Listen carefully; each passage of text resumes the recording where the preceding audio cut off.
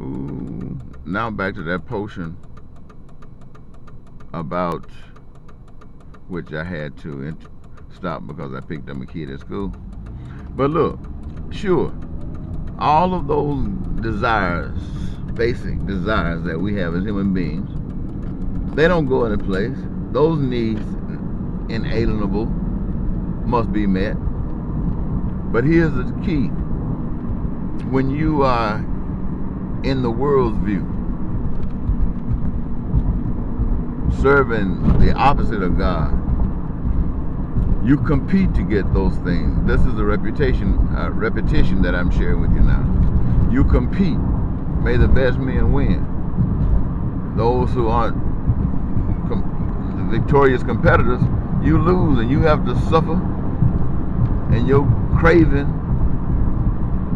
to stop suffering demands that you come up with some other kind of schemes to try to win.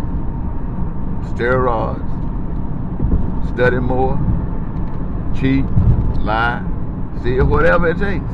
Just don't get caught. And you will be rewarded. So, but God's way is different. God's way is that everybody who have a dream, a desire, a gift, the door's open and you use them. You don't compete to have the best house. You just, if you want the best house, have the best house you want. And everybody has their best house. And no, your house, everybody's satisfied. That's what I'm saying. Everyone is satisfied in their living. And so, treating people like you want to be treated, cooperating, is God's way. When you are in the world and you convert, or God calls you to do something, you don't tell the boss man he's got it going on, clocking in every morning by 8 and out at 5, and then serving God on Sundays, on Wednesday night. Nah, you got to, God called his disciples off the job and put them on a new job. He called when Matthew, what? Treasurer, banker, tax collector, whatever you want to call it. He told him to get up and follow me. Matthew didn't punch out, went with Jesus and punch back in on the next day. No, you have to give up doing things the way the world does them. You see things different. And now you are an advocate. You're talking about a lobbyist in Washington? Well, that's what you are now, a lobbyist in the world. But not just a lobbyist, you're an advocate. And sometimes rules have to be broken. You know, you give peace a chance.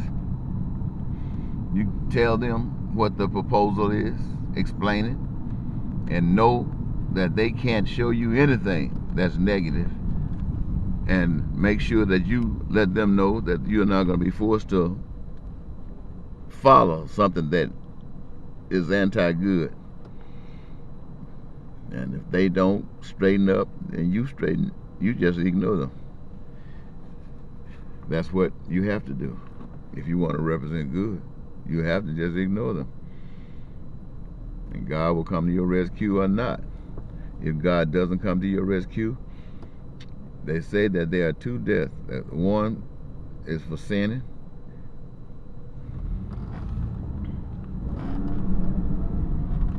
The day you sin, the day you sin against good, the day you start doing wrong, this is the day you sure to die.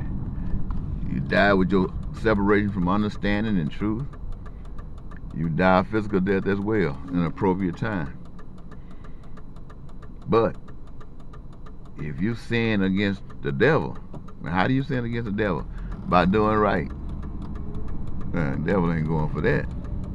And what is the sin? What is the penalty for sin? Death. So, death is something, it's a great equalizer. You do wrong, you die. You do good, you die. So the question is, do you want to die for doing good or wrong? Both of them is dead. But They say that there's a promise that if you die for good, heaven is your reward. If you die for then what you reap here is your reward. And that's it. Now, another good thing happens also. When you do good and the devil kills you, gets rid of you because you gotta get you in the way. When the devil does that, you die looking young and beautiful.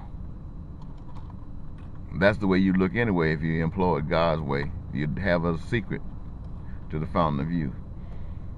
But not knowing God's way, you just either do good and die young, or obey the devil and try to live as long as you possibly can and get as ugly as anything can ever be. So ugly you shouldn't even want to be seen. I know every time you look in the mirror, you scare yourself. That's what happened to old folks. Old people are people who have stayed around. That didn't mean they weren't good people. But see, you can be good people in a corrupt system. And if you are a good person and your system that you live in is corrupt, then you are an instrument of corruption. Good, like it or not.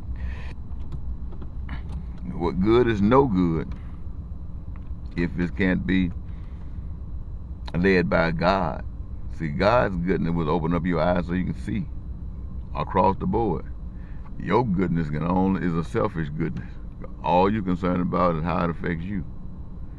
But anyway, I think that's about enough. I'm gonna let you go. Bye-bye.